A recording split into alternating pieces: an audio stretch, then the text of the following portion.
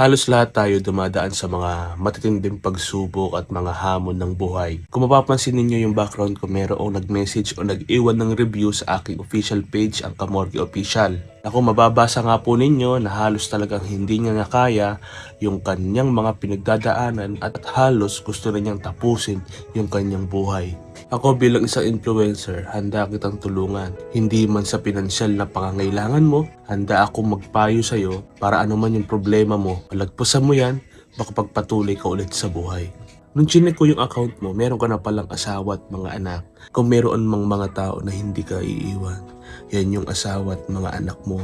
Nariyan din ang mga magulang at mga kapatid mo na po pwede mong maging lakas at makatutulong sa'yo para makapagpatuloy ka sa buhay. Alalahanin mo yung mga bagay, pagsubok at napakaraming problema mo noon. Kung paano mo yun napagtagumpayan. Alam ko hindi madali magdala ng pamumuhay dahil nariyan ang napakaraming mga problema at minsan nga ay kinakapos pa tayo ng pangangailangan sa araw-araw. Pero isipin natin na hindi dapat maging dahilan yun para sumuko ka agad at mawalan ng pag-asa sa buhay. Alam mo, napakaraming tao, napakarami natin mga kababayan, nararanasan yung mga pagsubok na pinagdadaanan mo ngayon. Pero bakit nila nagagawang malagpasan at nakakayanan nilang makapagpatuloy sa buhay nila? O diba, yung mga ganong bagay kailangan nating isipin dahil meron talagang mga bagay o tao na po pwede talagang makapagpalakas sa atin. Nariyan na nga yung sinasabi ko na nandyan yung pamilya mo, anak mo, asawa mo, mga magulang mo at mga kapatid mo at yung mga mahal mo pa sa buhay na maaari talagang makapagpalakas sa'yo.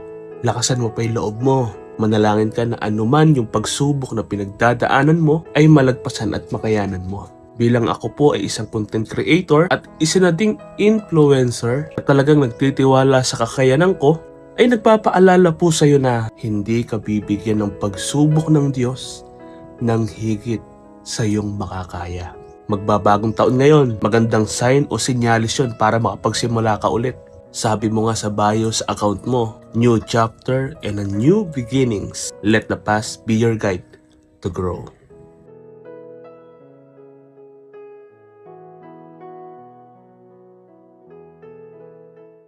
Halos lahat tayo dumadaan sa mga matitinding pagsubok at mga hamon ng buhay. Kung mapapansin ninyo yung background ko, merong nag-message o nag-iwan ng review sa aking official page, ang Kamorgi Official.